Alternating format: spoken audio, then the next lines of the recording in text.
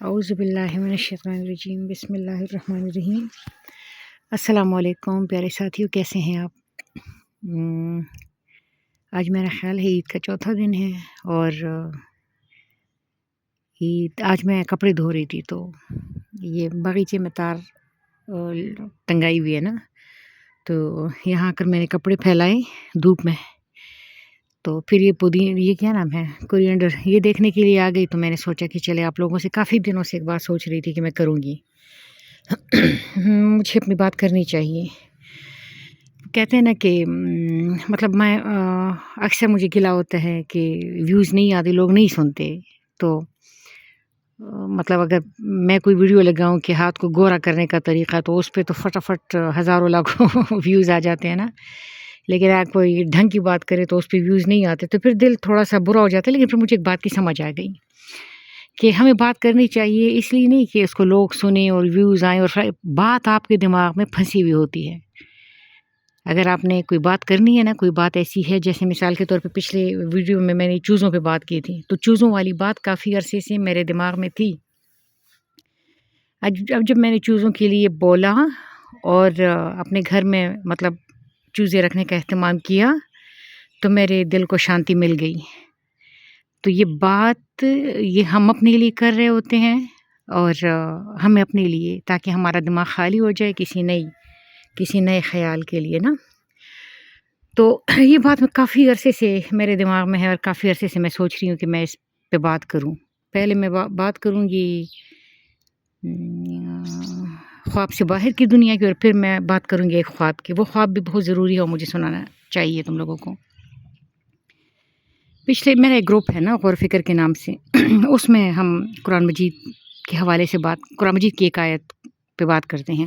اس میں سورہ بقرہ، سورہ آل عمران کمپلیٹ ہو گئے، سورہ نساء شروع ہو گیا ہے۔ وہ عید کی وجہ سے تھوڑے دن اس میں وقفہ آ گیا، لیکن انشاءاللہ تعالیٰ پھر جاری ہو جائے گا۔ اس میں اگر کسی نے شرکت کرنی ہے اس کلاس میں تو مجھے بتا دیں، انشاءاللہ تعالیٰ آج رات سے پھر پراپر کلاس ہوگی۔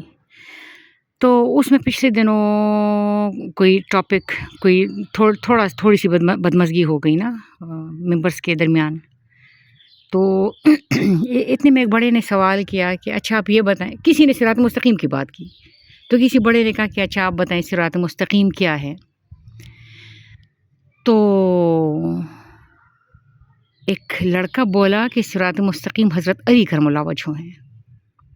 وہ جو بڑے ہیں وہ ان کو بتا رہے تھے کہ صراط مستقیم وہ ہے، یعنی ان لوگوں کا راستہ جس پہ اللہ پاک نے انعام کیا ہو، اور انعام کن پہ ہے؟ صدیقین پہ، صالحین پہ، شہداء پہ۔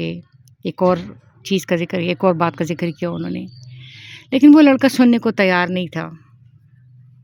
وہ ساری رات اس بات کو، پھر اس نے ایک سوال کیا کہ آپ بتائیں حضرت علی کرم اللہ وجہہ کیا ہے، کون ہے؟ تو میں نے اس کو جواب دیا، میں نے کہا بیٹے حضرت علی کرم اللہ وجہہ جو ہے وہ باب العلم ہے، لیکن وہ یہ کہہ رہا تھا کہ نہیں، حضرت علی کرم اللہ وجہہ صراط مستقیم ہے، یا کچھ اس طرح کی بات تھی نا۔ خیر اس بات پہ پھر درمیان میں سو گئی تھی، کیونکہ رمضان کے دن تھے تو وہ سحری کے لیے بھی اٹھنا ہوتا ہے، تو میں سو گئی تھی۔ جب میں سحری میں اٹھی تو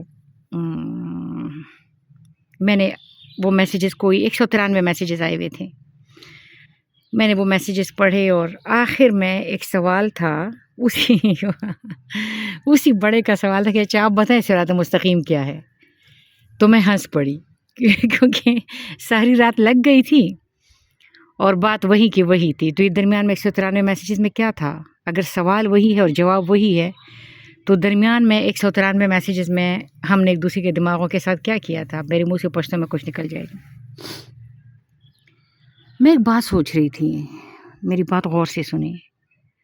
ایک دفعہ نا میں کوئی انگلش مووی دیکھ رہی تھی، تو اس میں وہ جو بادشاہ تھا نا، یہ غور سے سننے والی بات ہے، اس بادشاہ نے اپنے ایک جاسوس کو کہا کہ تم جاؤ اور تم دشمن کے قلعوں کو، دشمن کے شہروں کو دیکھ کے آؤ اور آ کے مجھے بتاؤ کہ وہاں پر کیا سسٹم چل رہا ہے، کیا معاملہ ہے۔ وہ اس کا جاسوس چلا جاتا ہے اور جب وہ واپس آتا ہے تو پہلی بات اس نے کی کہ بادشاہ سلامت، وہاں جو وہ ہے ان کے قلعے کے دروازے بہت مضبوط ہیں۔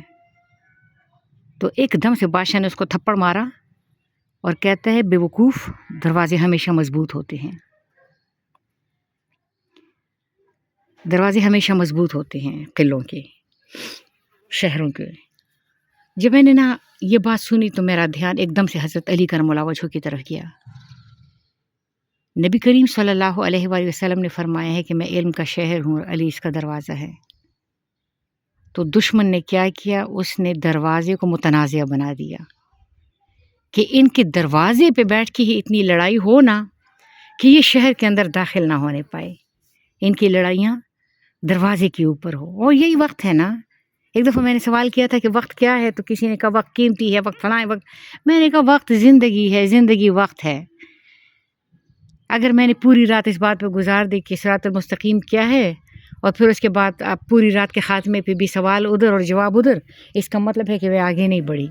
دروازے پہ بیٹھ کے میری لڑائی ہو چکی ہے اور میں شہر میں داخل ہونے جوگا نہیں ہوں، کیونکہ یہی انرجی تو میں ادھر دروازے میں لگا رہی ہوں۔ مجھے دروازے کو متنازع نہیں بنانا تھا، لیکن دروازہ دشمن نے یا بدخواہوں نے یا شیطان نے دروازے کو متنازع بنا دیا تاکہ ہم دروازے پہ بیٹھ کے آپس میں لڑتے رہیں۔ اور اب تو یہ لڑائی جو ہے نا، جیسے لارنس آف اریبیا نے عرب اور عجم کی لڑائی کروائی تھی، تو اب اگلی لڑائی شیعہ اور سنی کی ہے اور جاری ہے کافی عرصے سے، اور اس کو مزید شدت اختیار کرنی ہے، جس طرح کے یہ تھرڈ ہینڈ لگا ہوا ہے۔ یہ رجب بٹ وغیرہ بھی اس کا ایک ہوگا، ایک مہرہ بنے گا اس لڑائی کا۔ اچھا چھوڑے رجب بٹ کو۔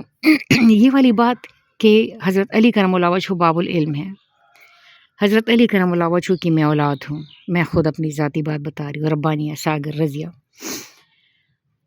ایک دفعہ پرانی بات ہے، یہ دوسری والی بات میں شروع کر رہی ہوں۔ پہلی والی بات تو یہ کہ دروازہ متنازع ہو گیا، اس کے تنازع کو ختم کرنا ہے ہم نے، اور دروازے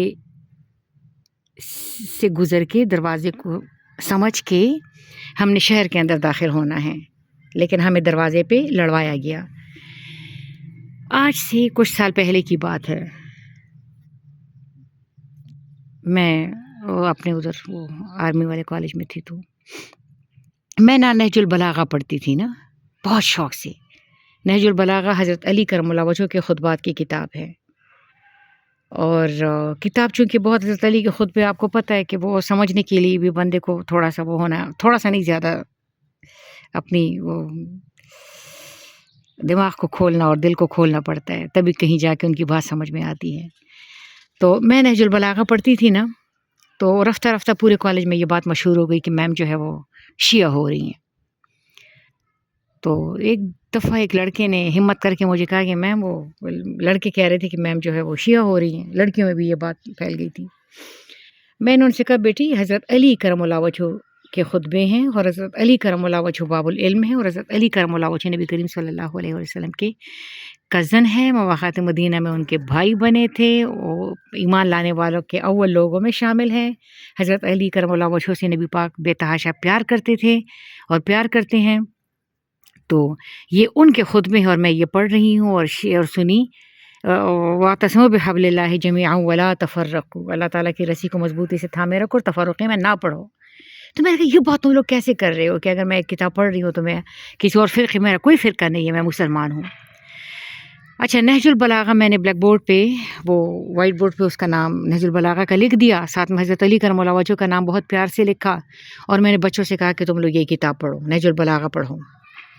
پھر اس کے بعد میں جب گرلز کی کلاسوں میں گئی تو گرلز کی کلاسوں میں میں نے کہا کہ تم نہج البلاغہ پڑھو، اور ضرور پڑھو اور اس کو سمجھنے کی کوشش کرو، اور اگر تمہیں اعتراض ہے، مطلب بعض چیزیں ایسی ہوتی ہیں نا کہ جیسے آج کل کے مولویوں، یہ کیا نام ہے، وہ علماء نے اس کے اندر اپنی بات شامل کی ہے، میں نے کہا تم وہ نہ پڑھو، تم خالص حضرت علی کرم اللہ وجہہ پہ رہو۔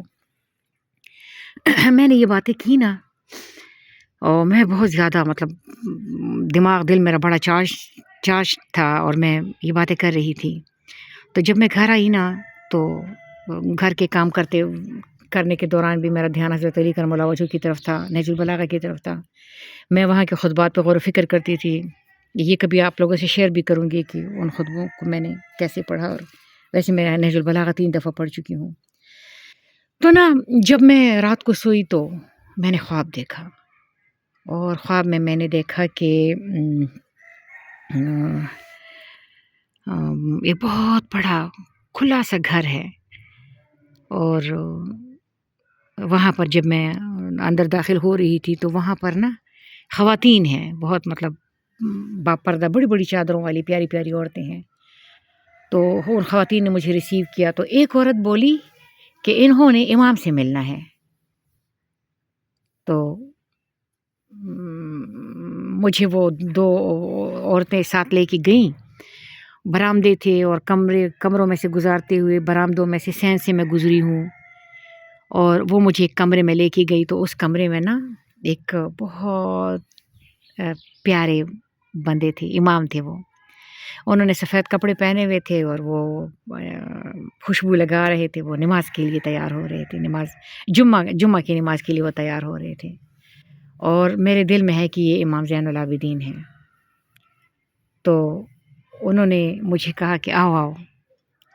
تو وہ میرے ساتھ بات کرنی شروع ہو گئے. تو انہوں نے مجھے کہا کہ جو تم نے کلاسوں میں بچوں سے کہا نا کہ ہم ایک ہیں اور ہم واعتصموا بحبل اللہ جمیعا ولا تفرقوا، یہ جو آیت تم نے کلاسوں میں بولی یا جو بورڈ پہ تم نے نہج البلاغہ لکھا، تو یہ تم نے بہت اچھا کیا. تم اس بیریئر کو مطلب وہ ختم کرنے کی کوشش کرو، تم آگے بڑھتی رہو اور بچوں کو لے آؤ، ہم علوم کی طرف لے آؤ، یعنی ان کی ذہن سے یہ دشمنی نکالنے کی کوشش کرو یا یہ باتیں نکالنے کی کوشش کرو جو کچھ کم عقل بڑوں نے ڈالی ہوئی ہے. تو تم نے بہت اچھا کیا، شاباشی دی اور کہا کہ ہم تمہارے ساتھ ہیں. یہ والی بات بھی فرمائی. پھر اس کے بعد انہوں نے ایک ترامی سی نہیں ہوتی وہ جس میں ہم آٹا گوندتے ہیں، ایک ترامی سی ایسی گھسیٹ لی اپنی طرف. تو اس میں بڑی میٹھی میٹھی چیزیں تھیں، مطلب پتاسے اور وہ الائچی دانے اور کیا تھا، بادام تھے. تو انہوں نے مجھے کہا کہ یہ لو، اس میں سے لو نا.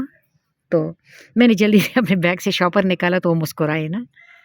تو انہوں نے کہا لے لو جتنا تمہارا دل چاہے لے لو. تو میں نے وہ شاپر بھرا اپنا، اور میں نے ان سے کہا کہ وہ سرکار وہ نا بچوں کے لیے لے کے جاؤں گی. تو کہتے لے جاؤ لے جاؤ. پھر اس کے بعد انہوں نے مجھے کچھ نصیحتیں کی، جس میں 2 باتیں یہ تھی کہ ایک تو آستینیں چڑھا کے نہ رکھو، تم آستینیں چڑھا کے رکھتی ہو. تو میں ہاں ورڈز ان کے یہ تھے کہ میں دیکھتا رہتا ہوں. تو یہ آستینیں، اور اسپیشلی بوائز کی کلاس میں جاتے ہوئے تم یہ دھیان رکھو کہ آستینیں نہ چڑھی ہوئی ہوں. اور یہ جو اوٹ پٹانگ تم کپڑے پہنتی ہو، اس وقت بھی پلازو کا دور تھا نا، تو میں پلازو پہنا کرتی تھی نا.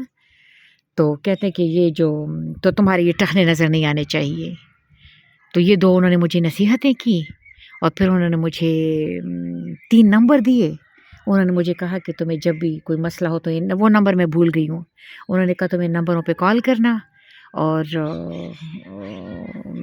ہم تمہاری امداد کریں گے انشاءاللہ تعالی، اللہ تعالیٰ کے حکم سے. اور پھر انہوں نے مجھے کہا کہ باہر میری گاڑی کھڑی ہے اور میرا ڈرائیور تمہیں باہر تمہارے گھر چھوڑ آئے گا. پھر اس کے بعد میں نے ان کو سلام کیا، اور جب میں باہر نکلی تو باہر ایک سفید رنگ کی گاڑی کھڑی تھی اور باوردی ڈرائیور تھا.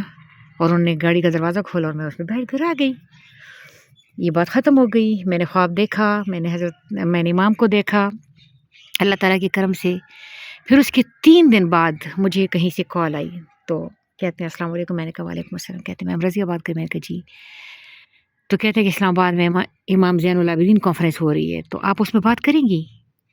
اب دیکھیں مطلب یہ بڑی حیرت کی بات تھی کہ مجھے یہ آفر کیوں آئی کہ امام زین العابدین کانفرنس ہے تو آپ اس میں بات کریں گے. تو میں نے کہا نہیں. تو کہتے ہیں اچھا. اس کے بعد فون بند ہو گیا، اور وہ چونکہ پی ٹی سی ایل کا نمبر تھا اس لیے مجھے پتہ نہیں چلا کہ کال کدھر سے آئی تھی.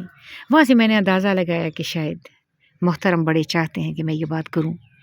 پھر میں نے اپنے بڑوں میں سے کسی ذکر کے، میں نے کہا میں یہ کروں یہ بات کہ مجھے امام زین العابدین نہیں، کہ میں نہج البلاغہ کے بارے میں بات کروں کہ بچے اس کو پڑھے، جوان اس کو پڑھیں. تو انہوں نے کہا نہیں اس کی کوئی ضرورت نہیں ہے. تو پھر میں نے سوچا کہ میں ان کی بات مانوں یا امام کی بات مانوں. مجھے امام کی بات ماننی چاہیے. اگر امام نے مجھے یہ کہا ہے، فرمایا ہے، تو مجھے یہ بات کرنی چاہیے کہ ہمیں ان علوم کی طرف. اب یہ دیکھیں کہ باب العلم کو متنازع بنا دیا، باب العلم پہ ہماری لڑائیاں کروا دی، اور ہم وہاں وہ ہو گئے، اٹک گئے، اڑ گئے، پھنس گئے. ہمیں یہاں سے نکلنا ہوگا اور ہمیں علم کے ان بڑے بڑے ذخائر ہیں. یہ جو امام ہیں، امام زین العابدین، امام جابر بن حیان کے استاد ہیں امام جعفر صادق رضی اللہ تعالیٰ عنہ، یہ اتنے پڑھے لکھے لوگ ہیں، اتنے پڑھے لکھے لوگ ہیں، لیکن ہم نے ان کی طرف اپنی پیٹھ کی ہوئی ہے. میں ایون شیعہ بچوں سے پوچھتی ہوں کہ تم لوگوں نے نہج البلاغہ پڑھی ہوئی ہے؟ تو کہتے جی میم ہمارے گھر میں ہے. پڑھی نہیں ہے، ہمارے گھر میں ہے. تو گھر میں بک پڑھی ہوئی ہے، اس کا یہ نہیں ہے پڑھے رہنے کے لیے نہیں ہے، بک پڑھنے کے لیے ہے. اس کو پڑھیں، اس کو سمجھیں، جہاں سمجھ نہ آئے تو وہاں پر ہم مل بیٹھ کے اس کو سمجھنے کی کوشش کریں. اللہ تعالیٰ آپ کو سلامت رکھے اور آباد رکھے. اللہ حافظ.